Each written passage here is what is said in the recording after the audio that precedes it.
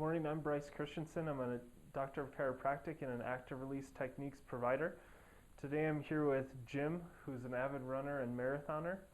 He is going to demonstrate a problem I see in a lot of general public as well as athletes, and that's a hip flexor problem where they have pain right on the anterior portion of the hip.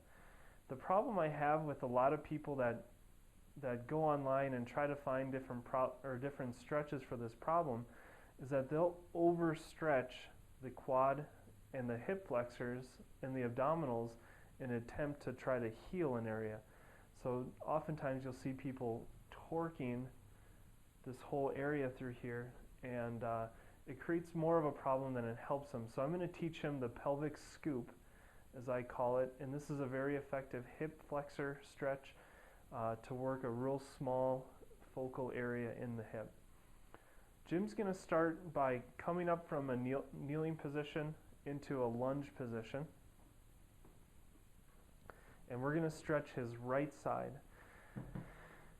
We're going to have his left foot come slightly before the right knee, and I want his femur, his leg bone, somewhat forward of the pelvis. So a lot of stretches, they'll have the knee behind the person's spine and pelvis. I actually want the knee in front of it. So go ahead and bring the knee forward.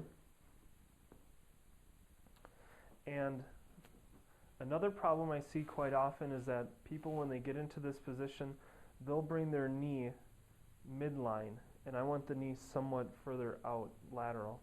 Not outside of the hip, but right below the hip. The next step, I'm going to have Jim get nice and tall. And the last step is the most important step. When you're in this position, you should not be feeling a stretch until you do the scoop. So what Jim's going to do is a kind of a thrust of the pelvis forward and scoop the pelvis like this.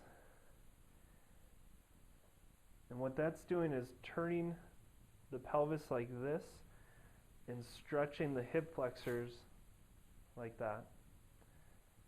When it's done correctly, it should create a nice focal stretch right where the psoas or the hip flexor inserts on the leg muscle, and it should create about a quarter size or a dime size area where it stretches versus a long stretch that can oftentimes pull too much tissue.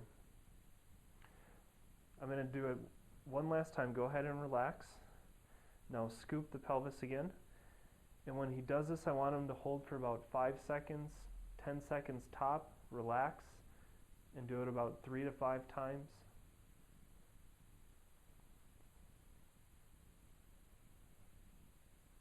And that's the pelvic scoop.